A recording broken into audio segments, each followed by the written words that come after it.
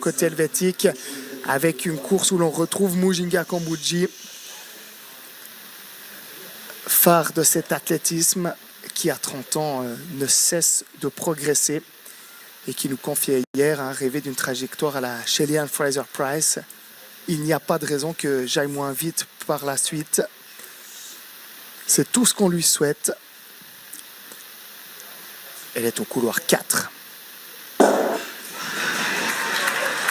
Bon départ de Mujinga Kambundji.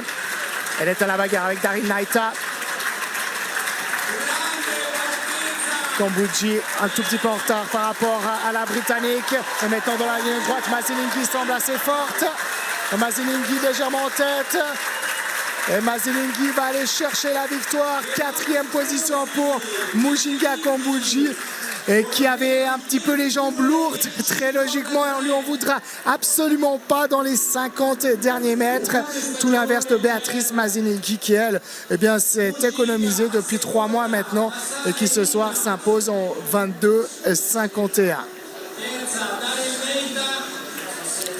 La deuxième place pour Bassant Emida, l'égyptienne, et puis Mujinga Kambundji qui termine 4e en 22,88. Un excellent virage pour Mujinga Kambundji, un début de course vraiment de qualité. Mais c'est vrai que dans la dernière ligne droite, on ne l'a pas vu aussi aérienne que par le passé cette saison, et notamment à Munich. Elle a d'ailleurs coupé un tout petit peu son effort avant la ligne. Une saison extrêmement longue. Il y a naturellement eu les courses, mais il y a eu toutes les sollicitations qui vont avec lorsqu'on devient championne d'Europe. On est très demandé par les médias, par les sponsors. Il y a beaucoup de choses à assumer et tout ça prend énormément d'énergie. Ça prend aussi du temps sur la récupération, du temps sur l'entraînement. Les vacances seront bien méritées pour Mujinga Kambundji. Absolument.